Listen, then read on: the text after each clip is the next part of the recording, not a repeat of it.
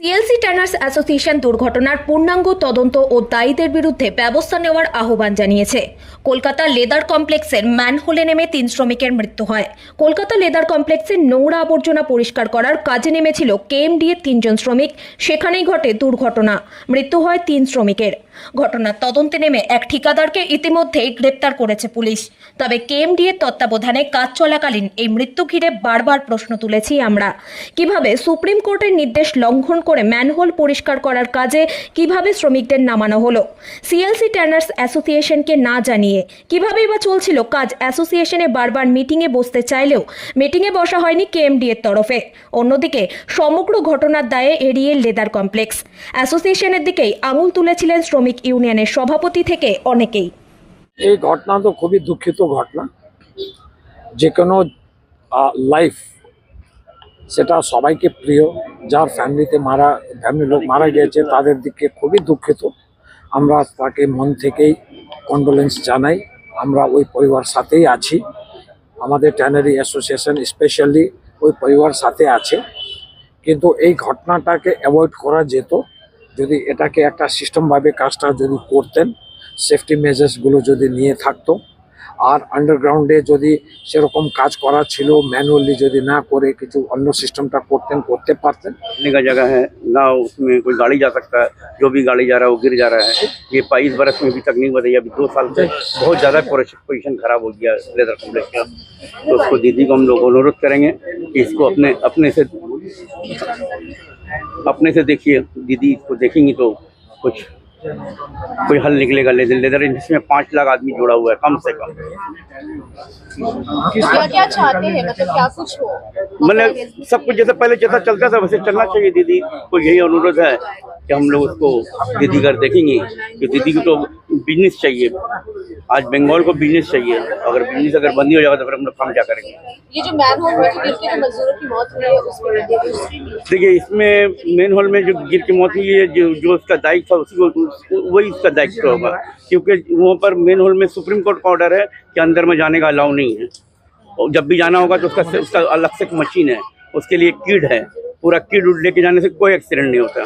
तो फिर क्या मकसद था, मतलब क्या कुछ बिना किट को तो उसका वीडियो ले लीजिए, बिना किट पहन के आदमी अंदर गया है।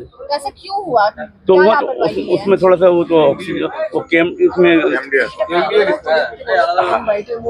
तो उसमें क्या है ना कि जो ड्रिंक में जो किया गया है किट पहन के ही जाना चाहिए। उसमें एक ऑक्सीजन होता है, ऑक्सीजन लेके जाना चाहिए था। तो इसका लापरवाही किसकी देंगे, मतलब कि किसकी जो काम करा रहा है, जो इसमें काम करवा रहा है, जो कॉन्ट्रैक्टर है उसका लापरवाही है।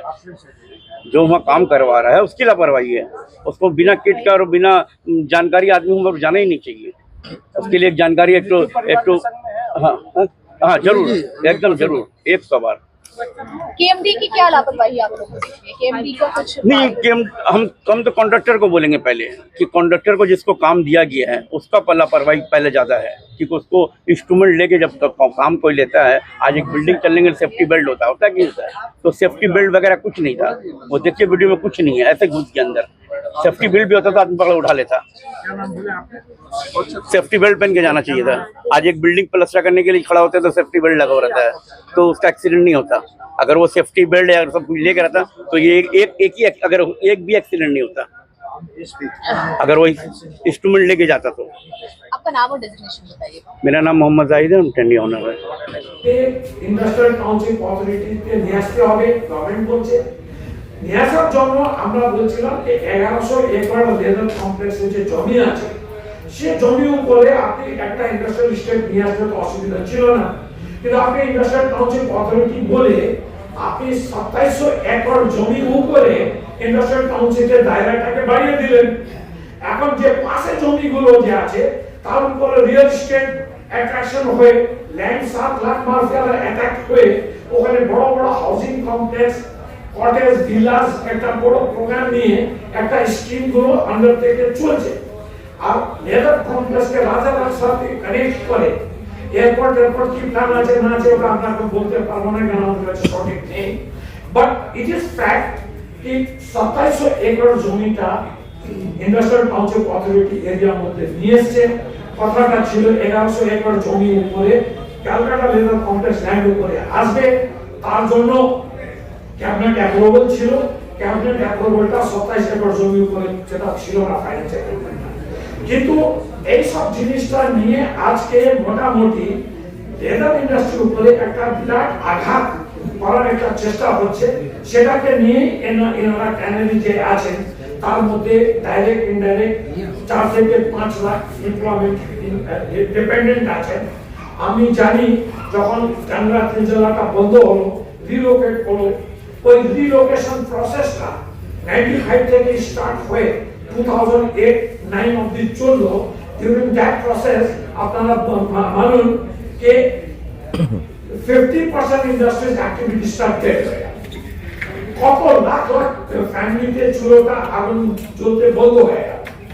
আবার ওই সিনারিটা এনারা আশা করছেন যে আজকে যদি ইন্ডাস্ট্রিটা এটা হচ্ছে তার জন্য অর্গানাইজেশন করছে আর ক্যানারির উপরে ব্লেম দেওয়া হচ্ছে।